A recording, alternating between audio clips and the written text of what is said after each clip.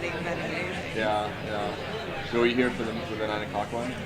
I got here, my plane was an hour late. Oh, so I got no. here for the tail end of the one on health communication. Yeah. Okay. Yeah. Yeah. So. I only saw some. Okay. Yeah. But I saw But more. it's been really great, and it's been nice to have these kind of different approaches to Yeah, some it's similar interesting. questions. Yeah. Let's take some shifting. So I'm gonna looking at this because I'm gonna talk to people about just right before Melissa introduces you. I'm gonna say a couple of logistical and business related things and stuff. So, but I appreciate it.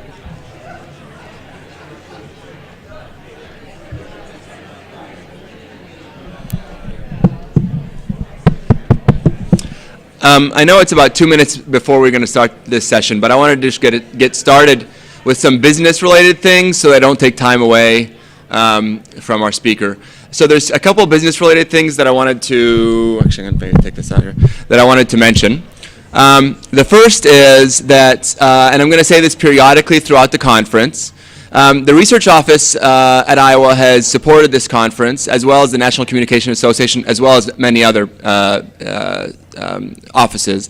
But those two specifically are especially interested in keeping the conversation going past this conference on issues related to interdisciplinary kind of research groups coming together and thinking through these issues beyond the conference. So ideas that you might get during discussions or throughout the conference, if you have any interest in those conversations and continuing conversations, potentially developing as research groups for which there might be some pilot funding down the road, make sure that you email at any time during the conference, becker-conference@uiowa.edu, and we'll get you on a list that then one of us will follow up after the conference and try to figure out times that we can meet and further discuss some of these interdisciplinary possibilities.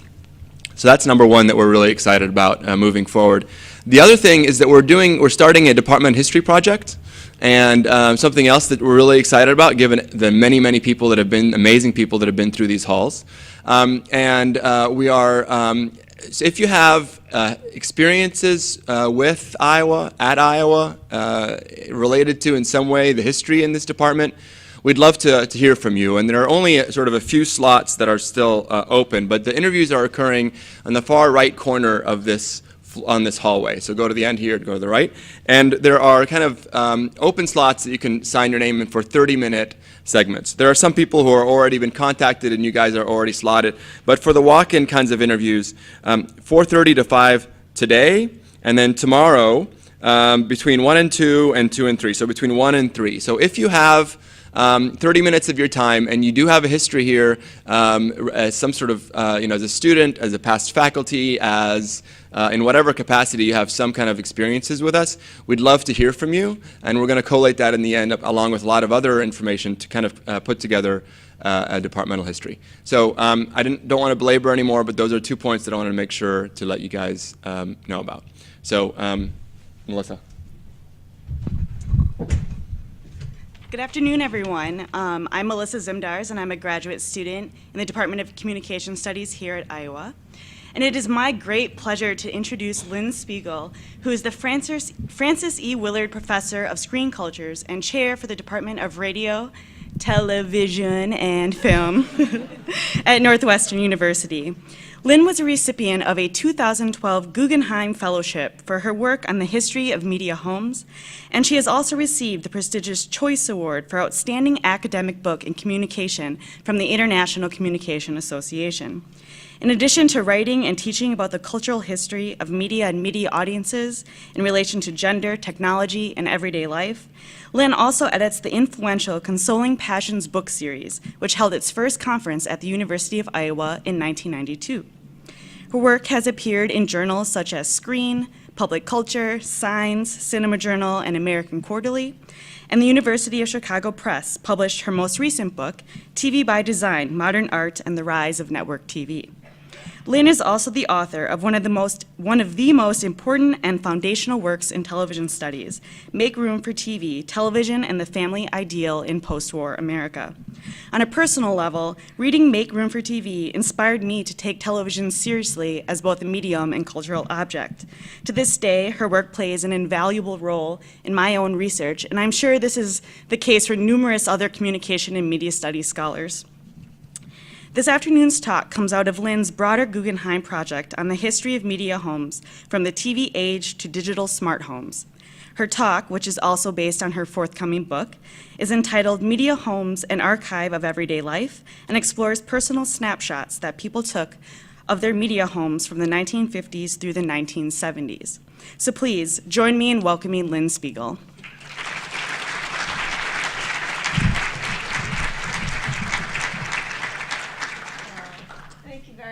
And thank you so much for this invitation. It's, you know, I got here this morning, so I was able to catch the several talks, and it's just been really, really interesting. So I hope to contribute to this. The talk I'm giving comes out of this research project I'm doing about sort of the history of digital architecture and smart homes.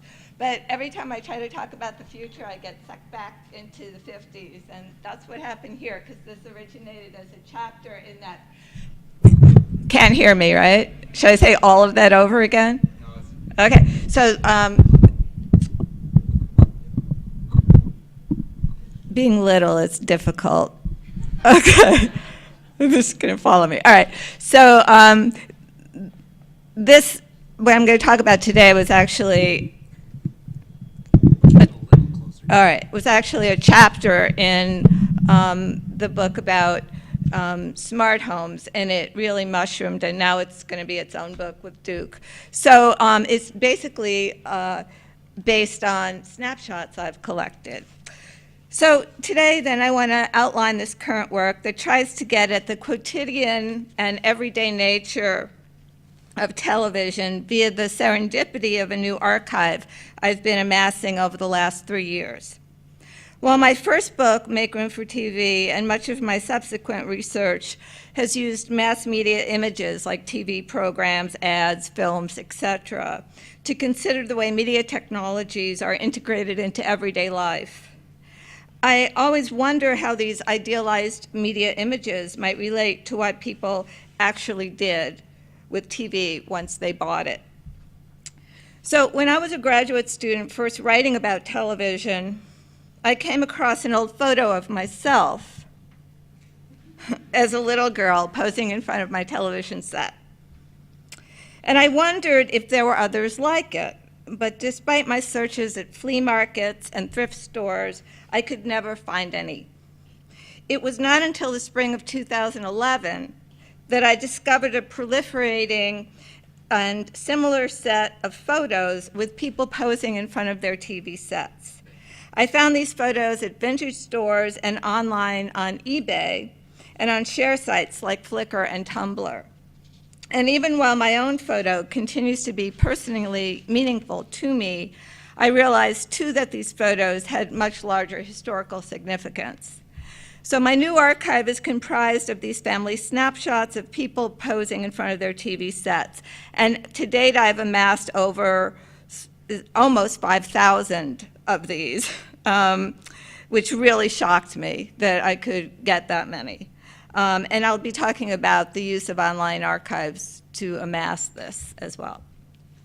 So these photos suggest that even as companies like RCA and General Electric were showing the public how to integrate TV into their homes through advertising television, people were staging their own visual responses to television.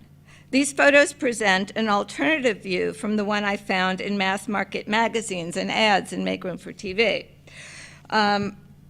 So when I wrote that book, I looked a lot at how TV was advertised to the public and did kind of readings of the ads in the context of the move to suburbs, of the white nuclear family, et cetera. And one of the major iconographic movements of the advertisements was this family circle iconography, which suggested family togetherness after World War II and television as the perfect medium to glue the family back together. In contrast, the snapshots I've been looking at show us something different. They begin to reveal people's eclectic tastes that often contradict what the women's magazines and ads suggested. And most glaringly, while the ads in picture magazines often showed families watching TV circled around the set as a group, these snapshots typically show people posing and often performing in front of the TV, so that the TV set becomes a backdrop for the presentation of self, family, and gender. Here are a couple more. You can see the ways people kind of group sort of mom, dad, the kids, TV, part of the family, but not circled around it, posing in front of it, next to it. So as we look at these images, it's useful to note a few things about family photos as a genre. Snapshot cameras first appeared in the late 19th century, and over the course of the 20th century, they became smaller, simpler, and more portable in design. In the US, Kodak aggressively promoted snapshot photography, not simply as a leisure pursuit, but as a way to strengthen family bonds by creating instant memories in a material form. By the 50s, in a booming post-war economy, Kodak, Polaroid, and other manufacturers promoted snapshots as a sentimental cultural form that would produce family togetherness and preserve family memories. And you can see in that ad literally saying it will preserve memories for you. The family iconography, the iconography is the family around the fireplace, which we'll talk about in a minute. And often these ads, as Kodak always had, showed women behind the camera operating the technology. But one of the things I think that becomes clear here is it's pretty clear to me that usually the father is taking these pictures. So whatever Kodak was saying about Kodak girls and being easy to, even women or children could create photographs, it looks pretty much like in these family scenarios, it's pictures of women and children, so probably the fathers were taking the pictures. Now,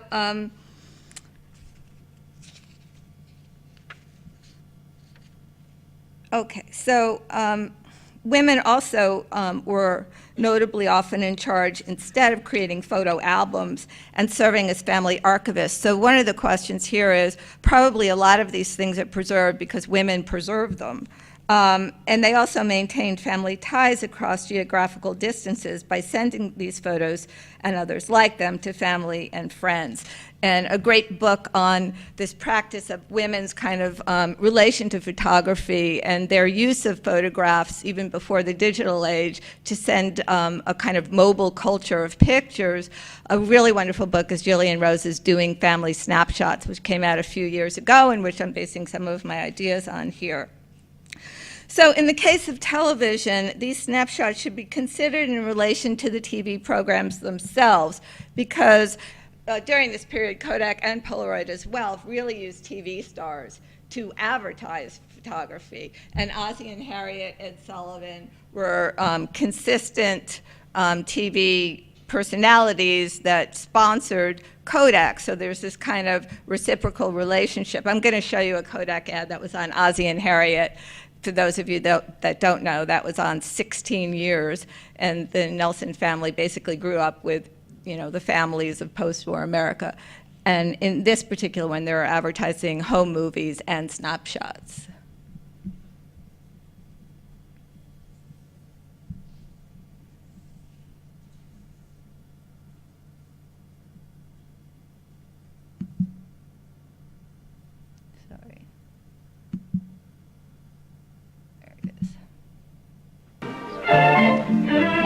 Fun's more fun with a camera wherever you are, Fun's more fun with a camera to capture it all as you go. Take your camera along and save it in pictures. Fun's more fun when you bring it home with you in pictures. So why don't you do as we do and take pictures of all your good times?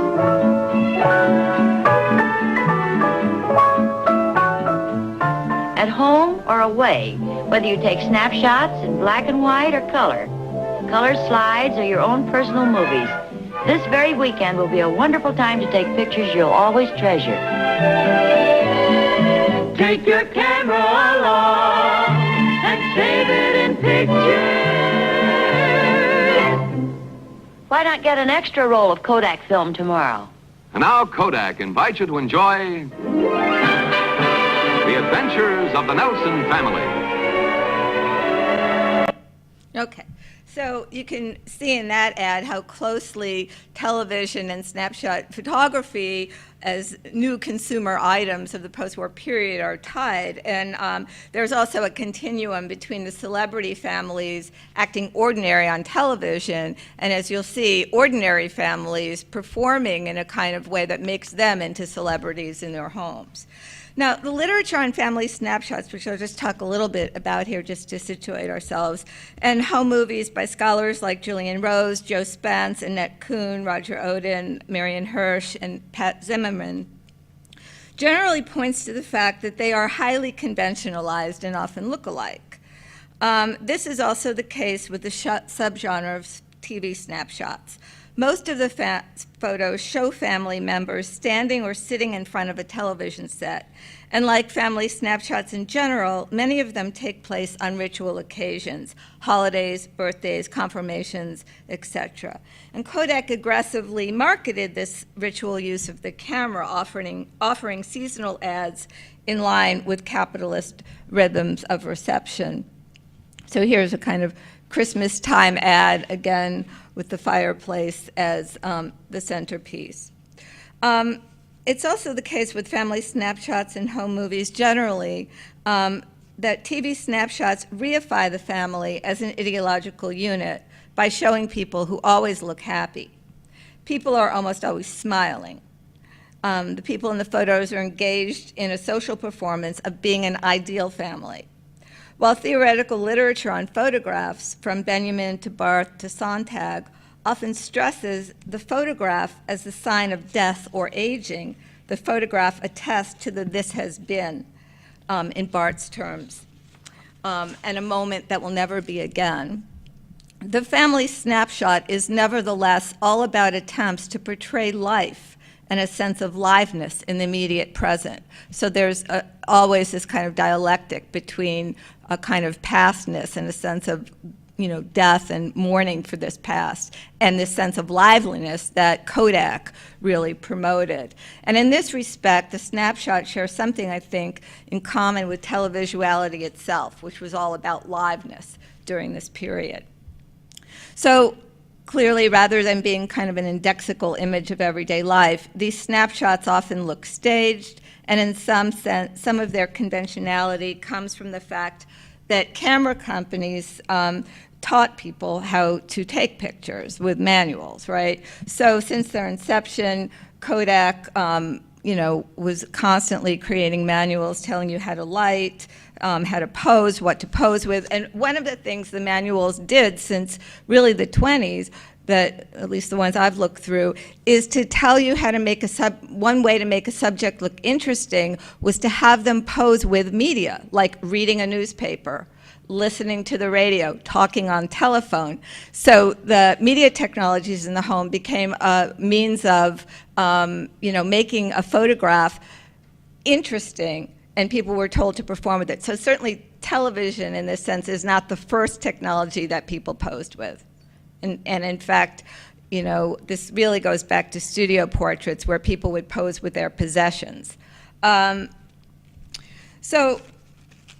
of the things the manuals also did was to tell people to create kind of prosceniums. So the fireplace becomes one such proscenium.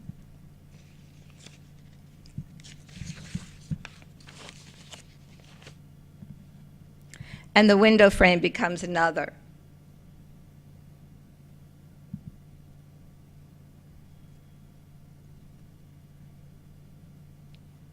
And you can see when we move over to television, these items are continued in the portraits of television. And if television was often called a window on the world, in some ways, this kind of notion gets carried over into the photograph which for staging purposes, the television and the window are close to each other as two prosceniums against which the children can pose. And this is very typical of the kinds of portraits of television, where television would be in front of a window or next to a window, and then you would take a picture of your children, now not just in front of a window, but in front of television and the window. So they become kind of semiotically related. Okay, I'll get to that in a minute. Now, I'm interested equally in photos where the TV is the clear focus of the shot, as well as those where it seems to be an accidental part of the image. And as Bart suggests in Camera Lucida, the accident is just as meaningful as the intentional focus of the shot, because the unintended can provoke affective responses for people looking at the image, a point I'll return to later. So in this case, you see this kind of intentional posing with television. It looks like this man is demonstrating to us that he's just gotten a television set, or the family's clearly posing next to it. But in this shot, and there are both of these kinds, the television is kind of incidentally in the frame, but it can still show us how television becomes part of the domestic space and the family space. So as a historical document, I feel they're equally useful, although in different ways. And then finally, the intentional and accidental elements of these TV snapshots reveal the ways in which television became part, then, of the iconography of family life, and are also a crucial element in what Marianne Hirsch refers to as the familial gaze. So we can start seeing what people were actually looking like in the home, and how television starts mediating people's visual perception in the home. And this is when Marianne Hirsch talks about the familial gaze, she means that we tend to forget that looking is a central dynamic of how people relate to each other and how families relate to each other. And, you know, it's assumed that television did something to us, like made us glued to this set and not looking at each other. But when you look at these snapshots, it's often really clear, particularly in the candid ones, that television is not being looked at by all people in the room. And it's not that family circle center, but it's part of the general ambience of what's going on in the home. So,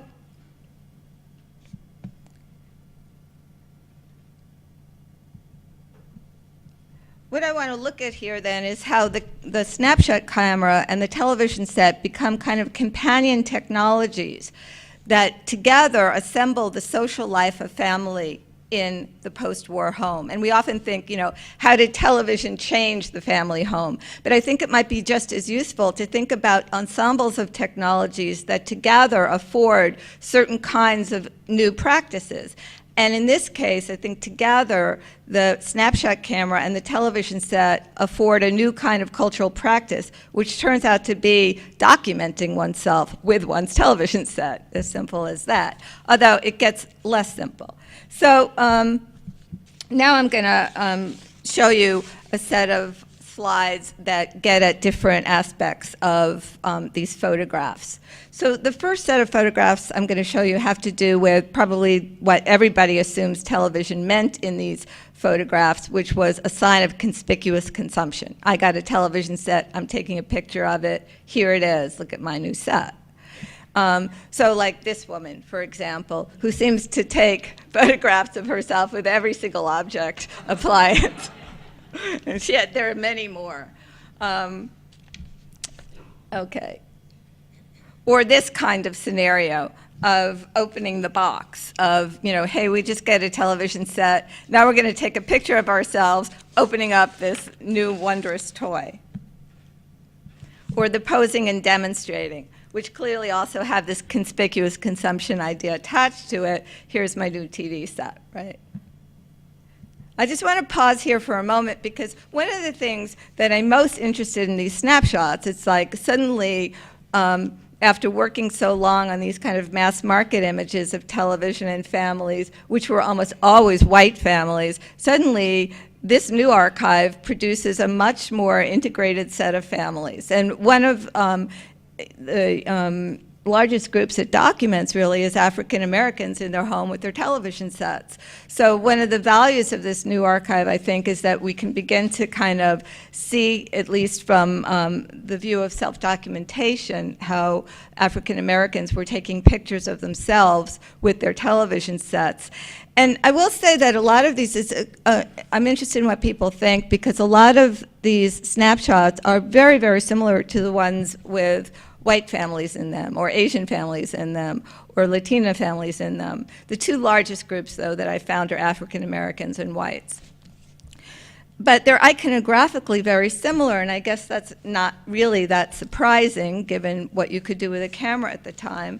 But one of the things that I think is important about it is we have to realize that, A, most of the photographs that circulated in mass media about African American families during this time either were in that kind of poverty mode of here's ethnography of a lower class family living in a really difficult kind of condition, the kind of newsreel, Life magazine portraits of lower class African American families, some of which actually were shot with television sets.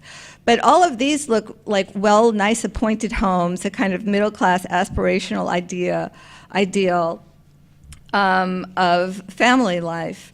And so these images are really differently articulated in relation to the larger media context at the time. Because if you're watching TV and you're African American, you're not seeing many people in starring roles that are African American, right? So, you know, it's a way to write yourself into the history of this new media form. And also, if you're just looking at images of African American everyday life, they often tend to be in this kind of, like in Life magazine, in this kind of more, you know, ethnographic mode of documenting social problems, families that were not well-to-do. So I want to think about these photos as, while iconographically using many of the same conventions, being articulated against very, very different histories. Okay. And here are just some more examples.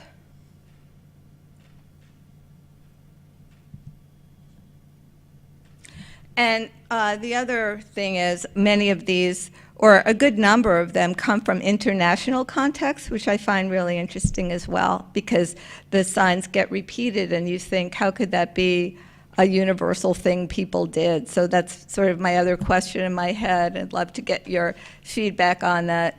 But you know, you can see that at least in kind of the global north, this is a general way of representing oneself in one's new TV set. Okay, now the conspicuous consumption idea, I think, has, you know, certain explanatory merits, but certainly not completely. So during the same period, television was, in the 40s and 50s, already being articulated as a kind of lowbrow medium. So that in the 40s, TV was a rich man's toy, and the high-end architectural journals would talk about TV. But the minute it became mass marketed, it became something to hide. And this is Interiors, which was a kind of, you know, higher-end trade journal for how to decorate your house to high-end designers. And you can see they're coming up with hide it in a wall, hide it in a cabinet. So it's not just a matter of conspicuous display. Television was something one might have to hide as well. And these snapshots, I think, make visible a much more eclectic set of taste practices than the ones that you would see in mass magazines. So you have some that might show you a kind of makeshift lower middle class interior. Television, new medium, being kind of integrated into a very traditional home, all the way up to high-end mid-century modern design. And this couple, who I love because they seem really proud of all their mid-century stereos and TV sets and you know, their entire little media habitus there. Now the next thing is people took pictures of TVs as a pedestal for other things. And I find this really interesting because we do have literature on the fact that people always put stuff on television sets. And McCarthy calls television a kind of semiotic magnet for a whole array of other items that get put on it. But in this case, what we find is people are actually using the television set as a kind of pedestal for their photographs to display other things. Yeah, he's always gets a good laugh. Dolls, very common. You can also see there that TVs, you can really see them displacing previous forms of entertainment or working alongside it. The piano and the TV are kind of a combination unit during this period, but increasingly pianos get moved out of the house. Same with the fireplace. Or people kind of, demonstrating other things in front of the TV. This one came from Germany, and they're really nice when they have the inscriptions of use. So this one talks all about in German how, she's got this new vacuum cleaner. She's not even interested in the TV, and yet it is the period when people would be integrating the TV. So television serves as a background for other possessions in the home, trophies, greeting cards, or a medium on which to put other family photos, which I find really interesting. So you take pictures of your pictures on the television set. Or in this case, pasting a photo of a loved one on the screen.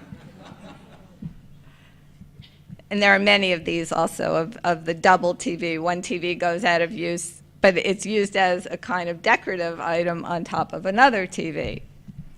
Now, the second category of photos looks more at social performances of self in front of the TV. And as you can imagine, children were a constant presence. So a lot of photographs of people holding up their newborn babies in front of the television set, perhaps the two new items of acquisition during the period, child portraits. And if you don't have kids, pet portraits, which reminds us a lot of what's going on with YouTube now, so you can see certain recurrences of taking pet pictures. And for some reason, tons of these, the poltergeist shot, where the kid's walking into the television set. And it does really remind me of the washing machine in the previous talk, Joseph's talk, of the kid wondering what's in there, right? It has that feeling of like, what's phenomenologically in that world? But everything I'm showing you, there's actually a lot of these, which is what I think makes it interesting, that people are kind of doing the same thing, but they don't yet have Facebook or YouTube, so you wonder how those ideas get circulated at this point. Or performing, and this I think is really interesting because we think people again are sitting watching other people perform on TV, and that's what TV is about, watching media. But actually, people use television as a backdrop for social performances, and in Goffman's sense about the performance of self, television becomes this kind of backdrop. Or I was thinking this in relation to Daniel Miller's work in his latest book, Stuff, where he talks about his research in a very different context in an Indian village, where he's really interested in the semiotics and the meanings of these kind of pots that are given at wedding rituals. And then his informants tell him, the pots aren't important. It's the social performance in front of the pots. And that's kind of, seems to me, with something's going on here. It's really not the TV that's important. It's fading into the background and the social performance of self in front of the television. And people are literally performing, especially kids, with instruments. I don't know, I love this little girl with her piano in front of the set, dancing. One girl sits up her puppet theater in front of the set. Or this, if you've ever seen the famous Lucy episode where she does the Vitamin to Vegemin thing and climbs into the set. I think it looks like a copy of that, who knows what it is, but these kind of trick photographs of people performing with TV in some way.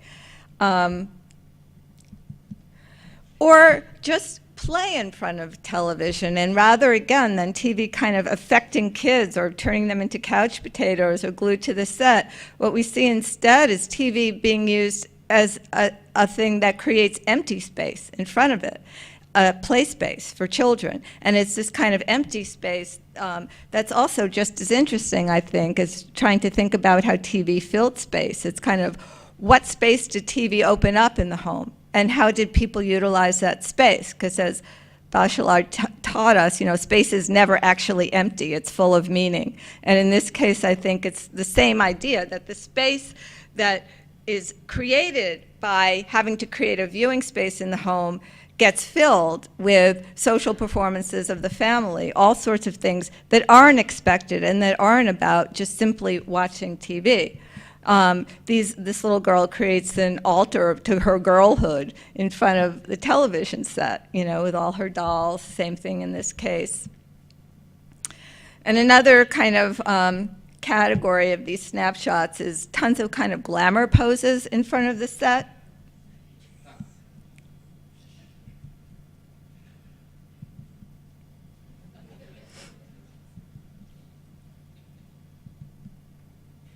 Usually women, but sometimes men. And in these cases, I'm thinking, too, of TV as a kind of portal object. So during the period, and I think this is still the case, sociologists were saying, and I think people still commonplace say this, that TV makes people, stay home and not go out, right?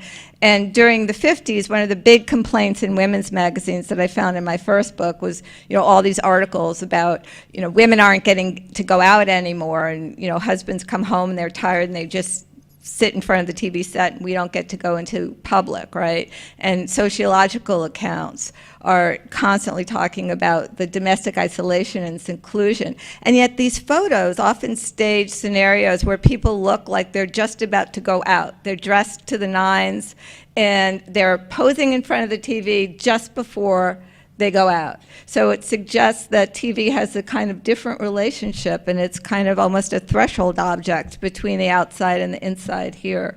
Here's another one. I love this one because it's sort of, you can really see the screen and it's telling you what the weather is out there. So, that whole relation of TV's crossing the boundaries of public and private, what Raymond Williams called mobile privatization, this idea that the private home becomes,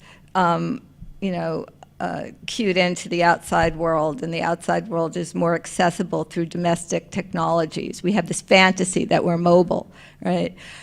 Here is literalized, in a sense, as people sort of are dressing up for a night out and taking one last picture before they go in front of their screen. Or, you'd see a lot of these where people would take turns kind of dressing up and standing in front of the set as a kind of practice. Some more of these. This ad, I'm just showing you an ad from the 50s where, some of this behavior is kind of already modeled by advertisers to have the fantasy that you're going out, like these people in their ballroom gowns, while TV is on. And as I said before, a lot of these, like many snapshots, are taken during moments of rites of passage, proms, birthdays, Halloween, going out to church, and Christmas is a big one. And TV would always be placed next to the tree.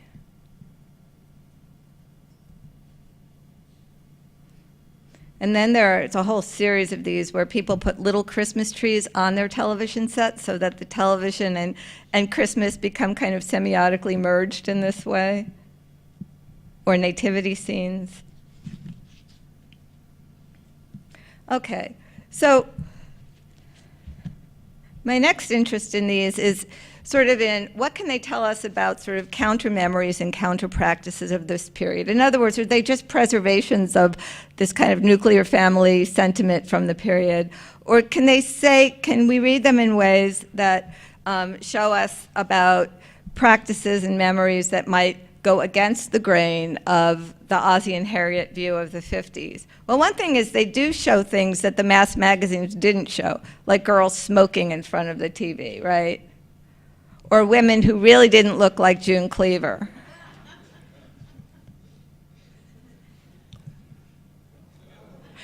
And to your delight, there happened to be many of these. So I was completely surprised by this, that there are these kinds of pinup shots, some which seem staged for amateur photographers, but some which are just of ordinary people, right? This is Betty Page, who is, you know, the amateur photographer's girl of the period, and she's posing with the TV set. So you could see how this was already part of the men's, you know, camera magazine idea. And I think this one is a professional or professional amateur one too, right? That it looks like it's pretty staged. He has a lot of girls he's with. That she's on top of a TV, in case you can't tell.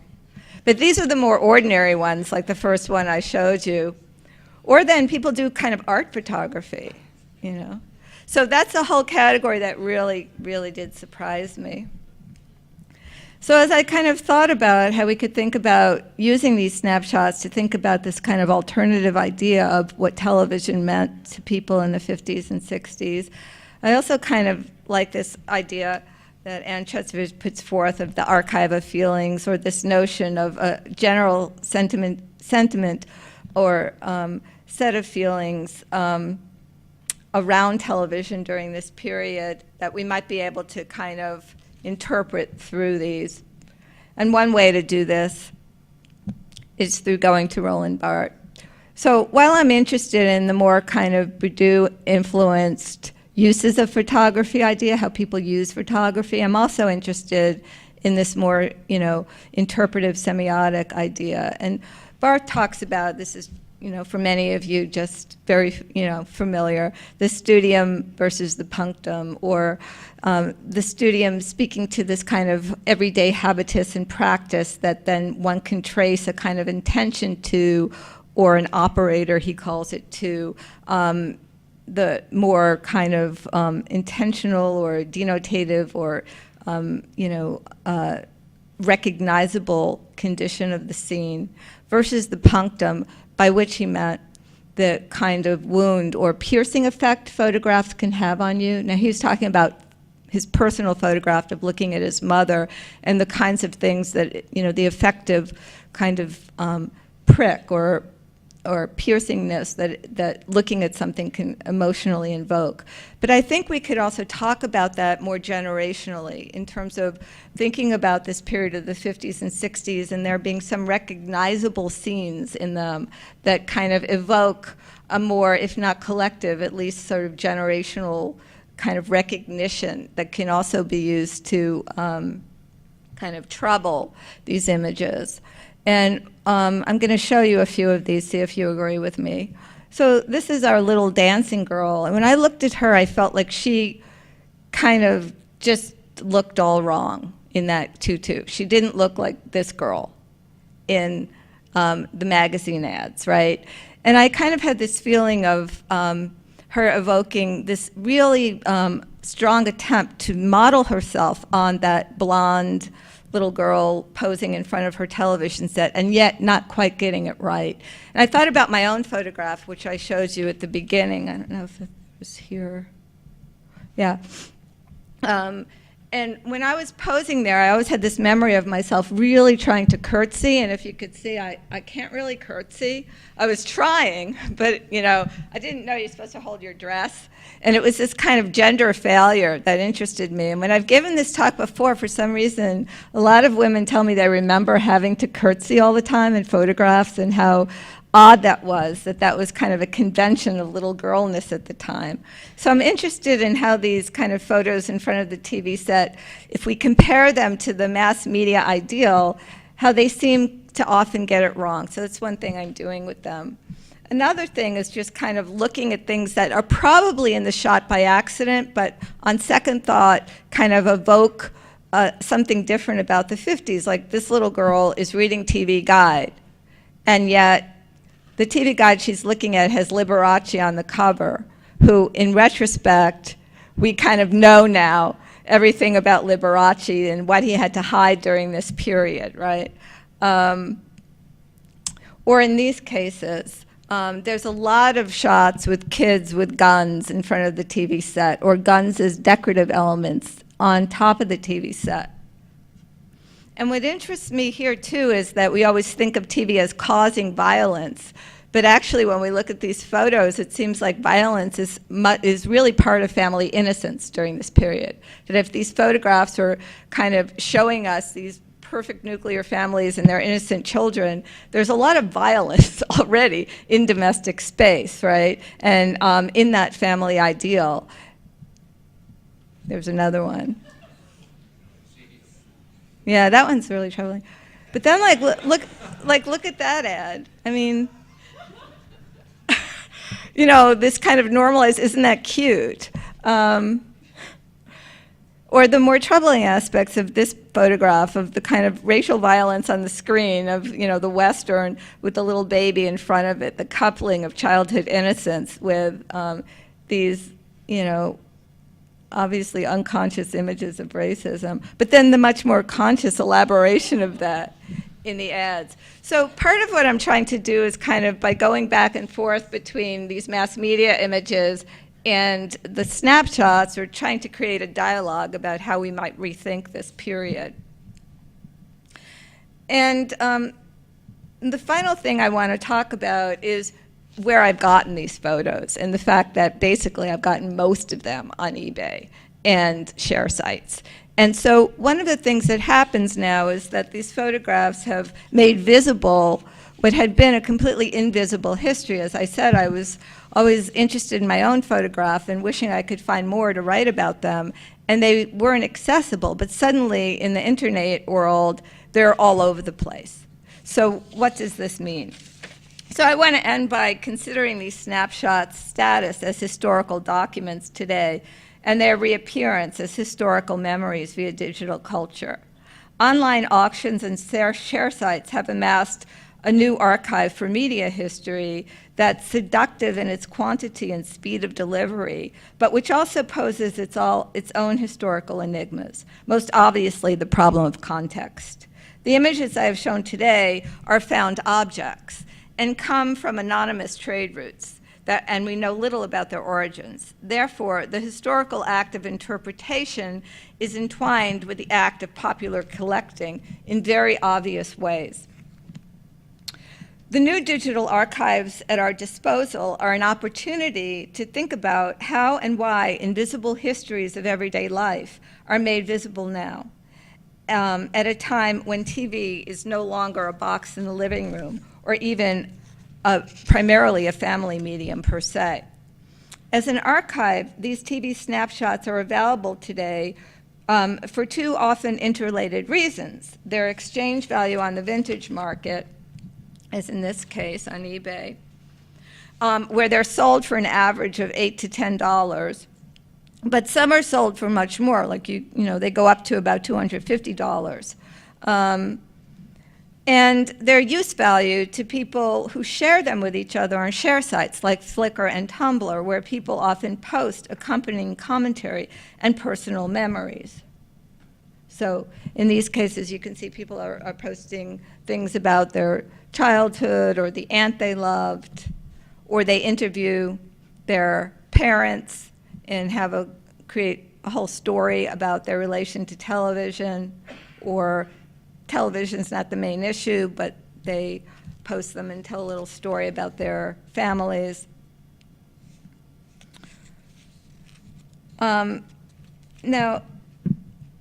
in general, just as context for this, the Pew Internet Project says that 54% of adult internet users post original photos or videos online, and they have themselves created, and 47% take photos or videos that they found online and repost them on sites, designed for sharing images with others. So photo sharing, is a huge cultural practice. It's not just like these TV photos are the only things people are sharing, but they're part of this kind of new craze of sharing and casting online photos of oneself or one's family. Now, some of the collectors, I'll get to this in a minute, some of the collectors take on the role of online curator, archiving and arranging found images on share sites. So in this respect, as they circulate today, TV snapshots function as a form of what I call, and other people have called, analog nostalgia, in which people use new digital media to memorialize the clunky old technologies that have vanished from everyday use. And one of the most difficult aspects of this project is figuring out the degree to which these share sites and amateur archives are simply a form of what Sylvette Bohm calls reflective nostalgia, or what she means a sentimental longing for the past. How much of this is just people want to preserve this memory of the 50s and 60s as this idealized time? And in fact, when I was taking my shuttle here this morning, that was my whole conversation with the shuttle driver, because he was just telling me how much better, America was never going to be the same as it was, from the 50s to the 70s. It was just great. And I think part of that sentiment is here, for sure, the preservation of this kind of notion of the nuclear family and whiteness. But I'm also thinking maybe there's a degree to which these offer a collective critique of the past, or what Bohm might endorse as what she calls reflexive nostalgia. That nostalgia doesn't just have to be conservative or preservative, but there could be a kind of critical element in it.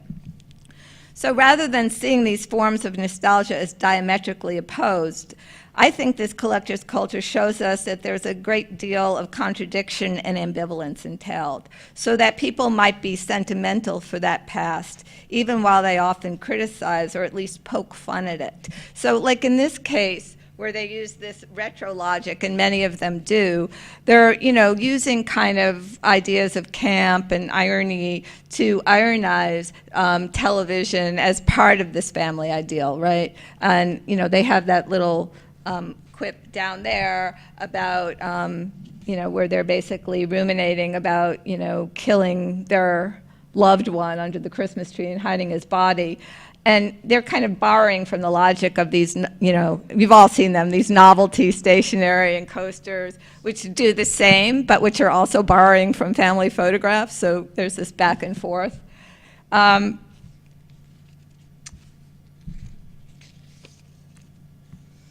Okay, now in this regard, they also draw on older forms of scrapbooking and photo album making that these popular camp novelties themselves borrow from, particularly the aesthetic of cutting and pasting and captioning to arrange photos in storytelling series. As Katie Day Good argues in her work that compares the history of scrapbooking with Facebook, the digital site allows people to create modes of personal assemblage that highlight the simultaneously social but also personal dimensions of memory. And among other functions, she says these share sites allow for the documentation of friendship networks and also the construction of taste hierarchies and the building up of cultural capital for the collector or archivist. So more than just sentimental personal narration, what really stands out in these online dialogues, I think, is that the collectors of these photographs are in fact mostly concerned with the process of collecting and have a very reflexive sensibility about their status as archivists. Online postings of TV snapshots often discuss curatorial processes of creating an archival series, such as this, one that's talking about digitization standards, or the process of where you find the photos, right?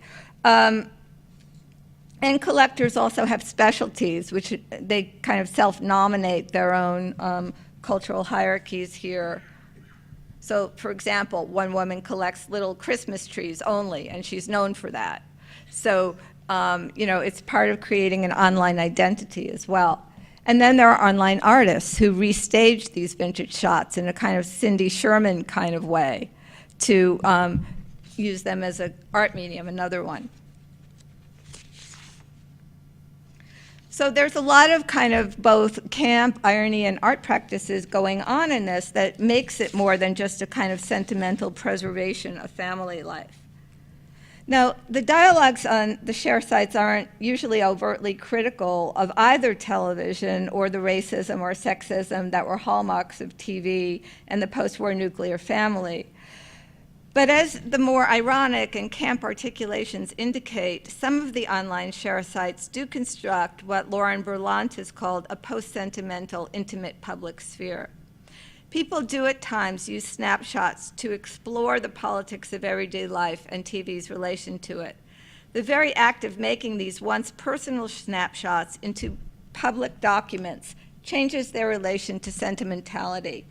Once digitized and circulated on eBay or share sites, these photos move from the intimate sphere of family relations to become part of a global set of images. And you can see the conversations are often global. So snapshots were, as Gillian Rose argues, always a form of mobile culture, and women sent them around to family and friends. But whereas once they were highly personal things, you would only show them to loved ones or friends, TV snapshots return in digital culture as resources for collective knowledge building about television history, family life, and the post-war past. Moreover, as Annette Kuhn has argued, despite their personal nature, snapshots can also accrue public and collective meanings. On the one hand, they become integral to journalistic and scholarly stories of national trauma. Everything from Nazi Germany to 9/11 to London bombings can now be documented with personal family stories and snapshots. On the other hand, they become part of a quotidian practice of popular memory and intergenerational dialogues like the ones I'm talking about. So rather than just being naive, sentimental nostalgia buffs, collectors think of themselves as amateur archivists of the everyday who are building a collective view of TV and the baby boom past. It therefore seems important to think about how these new popular archives relate to scholarly practices of writing media history. Their online archives become, in many ways, our archives. And I'm very conscious of the fact that in this kind of us and them doesn't really falls apart, as of course many of us, such as myself, are collectors as well as historians and kind of going back and forth between these processes. So just a few points by way of conclusion. In the post-war period, the snapshot camera was an appendage technology for television.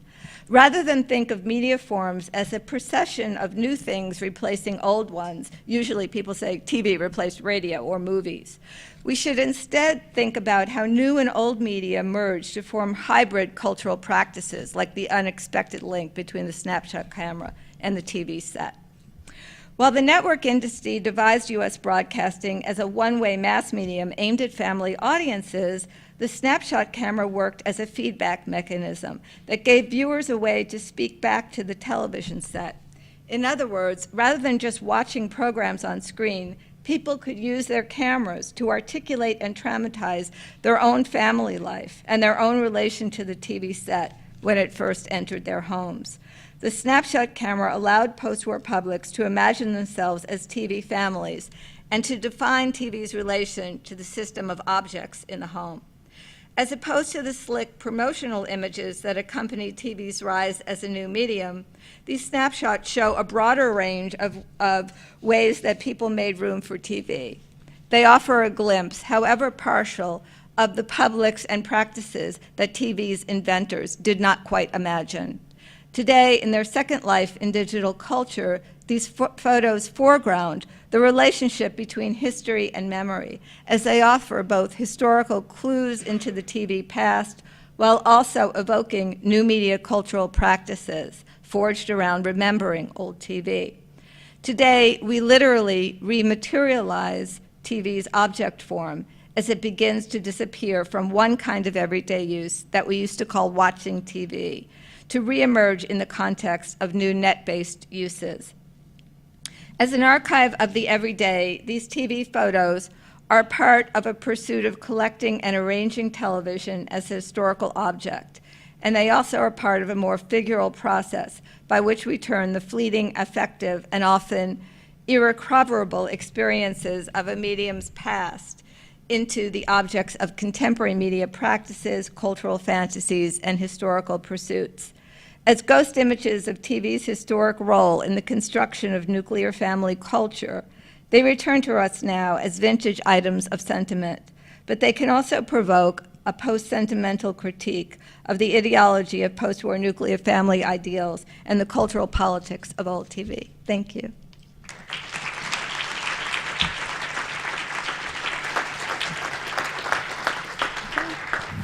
We definitely have some time for questions, so I don't know who would like to go first.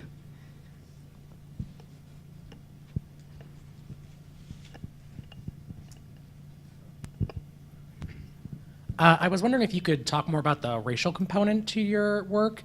I know you talked about some of the similarities between African American and white families during the time. Did you find any differences that may speak to the unique experiences of African Americans during this type of period?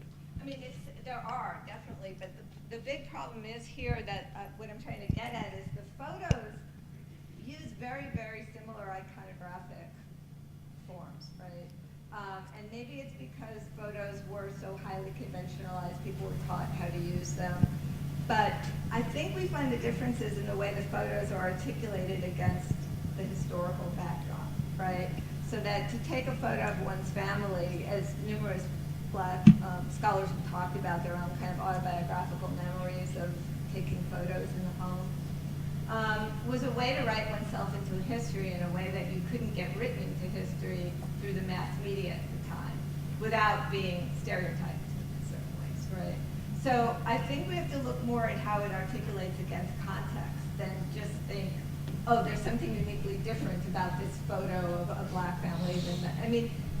I think what's most surprising about seeing these photos is that there have been no images of, there have been so few, did you hear me at all?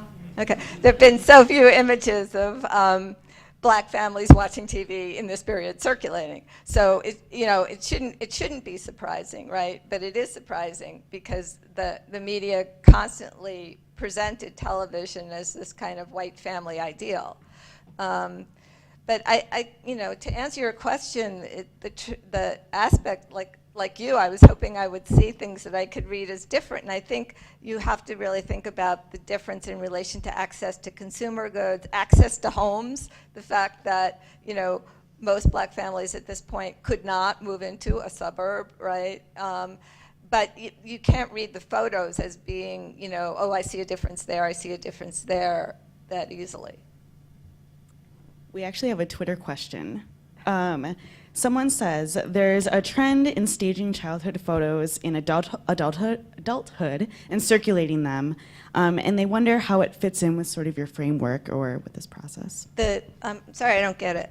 Have you seen, like on Facebook and Twitter, people as adults like taking pictures in the bathtub with their siblings because they did when they were children or in front of the television? And so they were just wondering. I haven't seen that. That's pretty scary.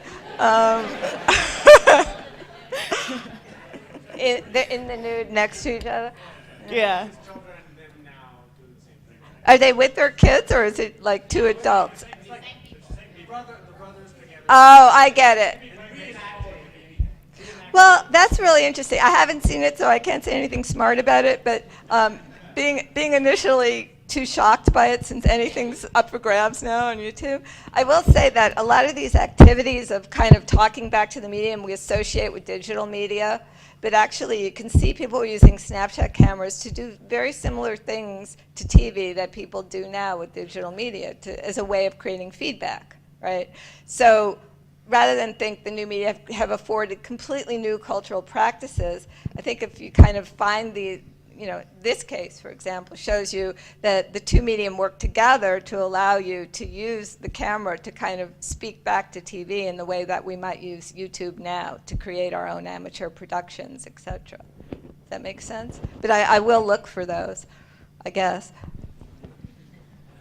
Lynn, this is David Hinksman from Iowa. I'm a Northwestern PhD, so I feel I can't see. Where are you? I'm right here. Oh, okay, thank you. I do have some personal experience with the changes in the television industry, and particularly the set manufacturers during the 50s and 60s, and I'm hoping that some of my more mature colleagues will confirm. I don't think you can overestimate the importance of televisions as class markers. during this period of time, and I'm glad that you talked about that. And it's not simply conspicuous consumption, but there's just the question of pride. The way that TV sets evolved, I believe the first sets were about 3 inches or so. Philco, I think, was one of the big manufacturers, and then you had the larger sets. But even in that period, until they outsourced the manufacturing of the electronics to Japan and to other countries in Asia, those TV sets were severely supply constrained. And so if you look at the pricing of television sets during the 50s, you see that they're extremely expensive relative to what they became. And I think the explanation for the furniture effect is in part because that was the only way that TV manufacturers could differentiate their products, because the basic, the electronics of it, because you had to have that big vacuum tube and all this other stuff in it, well, lots of vacuum tubes that used to go bad, was that the guts were expensive, and so they would have to use the furniture as a way to justify the markup that they would have on the sets. And so I remember in my family, there were 3 brothers and sisters, and the richest of the 3 would always have people over to their house, which was in New Jersey in the New York media market, and so it was one of the cutting edge places. They would always be showing off their new TV set, which at first was that 3-inch Philco, and then the next time around it was a 10 or 12-inch screen, and then the color TV cycle came. So I think it would be interesting to look at your pictures and see if there's any change in the way those portrayals occur according to the point in the cycle of the television market in the 50s and 60s. And I also think it would be interesting for some of the students here to try to do similar kind of work with pictures of people using social media technology, and to see whether you see similar kinds of effects to the ones you found in the 50s and 60s. Oh, thank you. That's really interesting and good points. The last point you make, like the end of this project, I kind of look at people posing in front of their computers, and you kind of see very similar things, and it's kind of one of the confounding things, because as a historian, I hate thinking in universals but there just seems to be this kind of discursive convention around it, right? And as I was saying, you could trace it really back to people taking pictures, being told to pose with the telephone or the radio. So it's maybe not unique to a particular new technology, but it's a practice around it that I think is worth unraveling, because it's really different from the practice of just being a spectator, and yet was clearly a big practice given how many of these just emerge. Am I answering you at all? Yeah. And your other point about looking for differences across the period, I think that's also a good point. Although what I've been finding, it just keeps repeating itself, which is, again, you don't want that to happen as a historian. You want to talk about some change, but it just keeps repeating itself. So, people are posing like in glamorous dresses still in the 80s in front of their TV sets, and it's not even a new technology. So why? That's kind of the confounding. I haven't answered that question yet.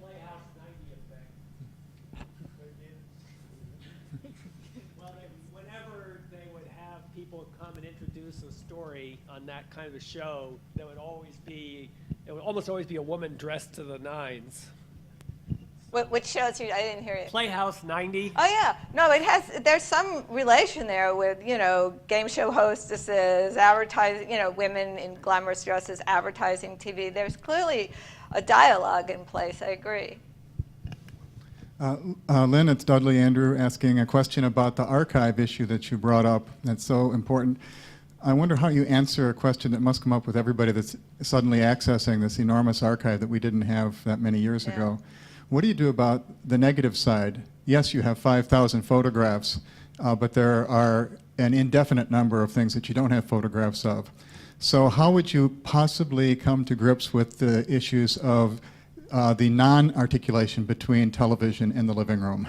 How many families have televisions, because many of my friends did, that were in fact hidden away from the living room in a spot which was not part of the family hearth at all? And what about in non-American, maybe this is entirely, you didn't frame it as an entirely American situation. In fact, you gestured toward the world, but it's mainly an American cultural study that you've done, I think, because what about Eastern Europe when television finally came there? Were televisions in social clubs and union halls? Were there TV clubs that were male-only clubs? I don't know, but it's the question of what you don't get photographs of that gets lost, and we think because we have 5,000 of them that this is how things must have been everywhere. No, you're totally right, and you can't make a generalization that this is the way the world was, right? So I'm trying to be really careful about how I use them and say, you know, by suggesting that they have to do with a particular convention of taking photographs of one's family with this. And as far as people hiding the TV away, that's kind of what I was trying to get at, that you know, by the 50s, it's a mass market idea to have TV in your living room. And for some people, it's a sense of shame to have it in your living room. So those people, yeah, they would not have a picture of themselves. And it's a great point that you kind of have to integrate what's not there with what's there. And I think what you're getting at has, if I'm answering you, has so much to do with the problems of this seeming fantasy of total accumulation of an archive. And we always really, I agree, have to be really careful about assuming that this fantasy of completion, that it's just there on the net and we can just pull it down and know everything, that's kind of not what I'm trying to do at all, you know. But it's a very particular set of questions about, okay, suddenly these become visible. And who's making them visible, why, for what memory work's being done. And yeah, like what can they tell us historically that, say, mass magazines can't, but not to say they tell us everything or they tell us about everyone. The point about Eastern Europe is really interesting because I do have a bunch from Russia and West Berlin, so not Eastern Europe. But, you know, places like I wouldn't figure it would be, and Budapest, places I really wouldn't figure it would be articulated in such similar ways, and it kind of is. So that's kind of one of the confounding questions for me. Why does this keep repeating? Because obviously the context which it's against is completely different. Hello, right here. David Dyfel, I'm an alum from the department here in 03 and live in town. I'm very glad to be here. One of the things I was struck by in many of the pictures is how often either the TV was off, Yeah. or if it was on, you couldn't see it because of the flash. And then even further, that you could see the camera in the screen of the TV by virtue of the flash. And how the advertisements, on the other hand, the TV's always on. And I wondered if, or it seemed, at least the ones that you indicated. It often is. And obviously, there were some occasions where the TV was on, and you made a point to comment on what was on the picture, or on the tube, so to speak. And I wondered if that seemed to be a consistent pattern, and what you might make of the onness or offness of the TV within these pictures. It's another confounding issue because sometimes maybe it is on, but the light doesn't show it, so you can't make an assumption. Right. So yeah, but the other thing you pointed to, that kind of ghost image of the, that is really interesting. I'm not sure what to make of it, but it is a really interesting phenomena that you kind of see the other technology and the other technology rather. So there was also part of that is that you mentioned the sort of taking pictures. This is sort of, the TV is put on stage, and it almost seems like the stage itself is a place for display, and that's why the TV might be there, because they've made space for it. Is there some... You mean in the home? Yeah, in the home. Like the TV often, unlike the ones that we don't see, they are in the staging area. Well, they're often next to, I was trying to get at the fact that they're often next to areas people were told to photograph in the past, like the proscenium of the window or the proscenium of the fireplace. And we always think of TV as a window on the world or an electronic hearth. But in these photographs, the kind of connection between the analogy being made has very functional reasons, because people are being told to find a proscenium against which to pose. So part of the reason why they're posing in these ways, you know, have to do with older ideas of posing against windows or fireplaces, and then where the TV is placed in those focal points. But the other thing clearly that's happening is often TV is not the object of attention, right? So. Okay, we have one final question. make it good. All right, then let's talk about race. Woo.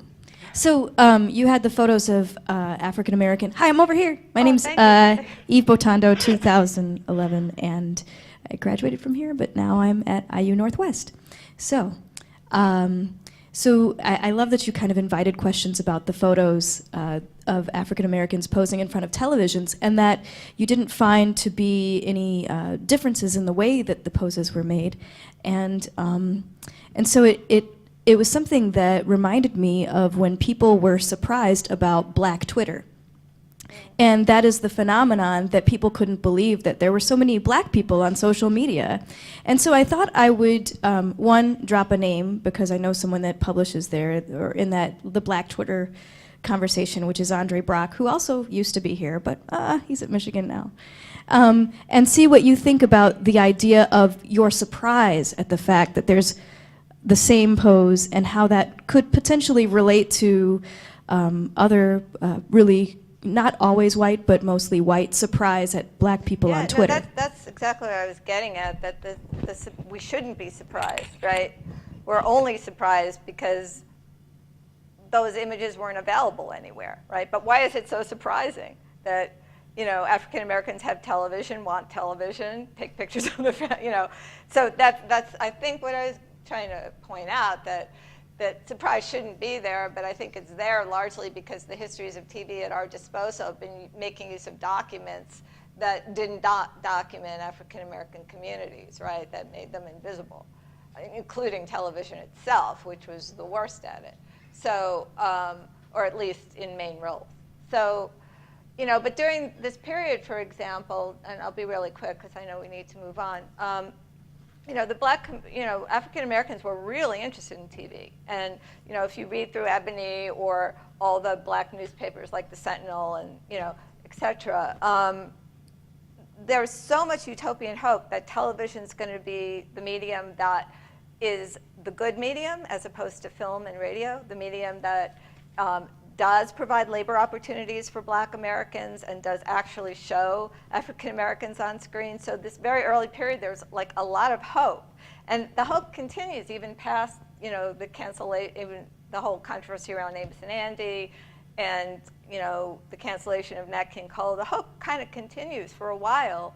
And Ebony's, publishing images of executives at CBS who are African Americans, et cetera.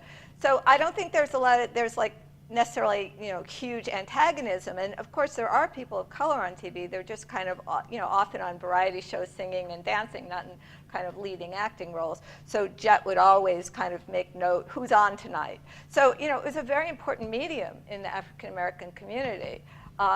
Not something that was, hated. So why wouldn't you want a television and take pictures of yourself in front of it? I think the injustice has been done by the fact, that the way the records were kept and what we've been looking for are kind of in all the wrong places. So. Awesome. Well, please join me in thanking Lynn Spigel for speaking today.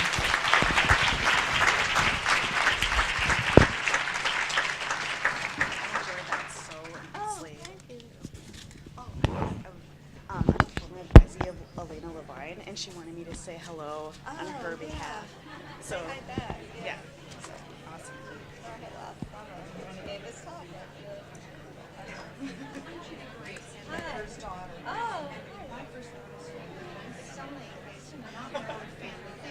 And I'm going to send you scans of Becker family televisions, some of which I have copies of here, and I have them in flash, but I think it's easier just to send them to you by email. But I had thought this way, and I wonder how much of this is an artifact of, like you said, kind of a line of sight. The TV happens to be there just because they have a clear line of sight for people. Yeah, I mean, it's clearly right. So, yeah, but I'll have to look at the pictures that I have in a book that I brought. And we're not posing. I think there might be one of me and my brother in little kid seats watching TV. He's in his cowboy outfit, and then just some others of us. Where, so I've got a bunch of these that I will send you. Oh, thank you. Hi, Dr. Spigel. I'm Molly Hoagland. Oh, hi. I was the one that emailed you about. Do you have a couple minutes to answer some questions? Okay, I won't take up too absolutely.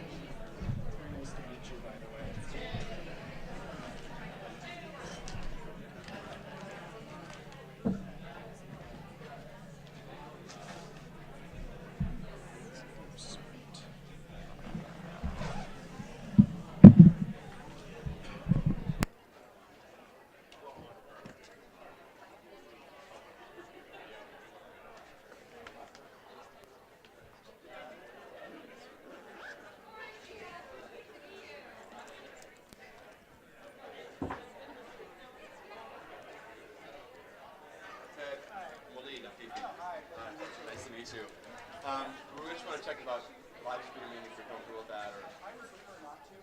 Just I prefer this talk in a very specific context. So being new to the world, I don't think it's quite ready for that kind of talk. All right, sounds good. Yeah, thank you. I appreciate that. Lynn? Never fails. Did you get your mouse? I did.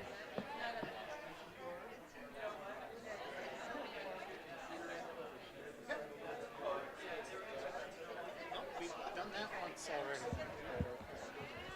You're the second person who has one of these. Yeah, that was fake. My wife. Oh, okay. No, that's ours. That's all. No, you have the new stuff. Yeah, that's fine. I have mine. In fact, I don't think I need power, so if you want to just forget that, that's okay. You have plenty of power. Yeah. And I have turned off the dimming function. So.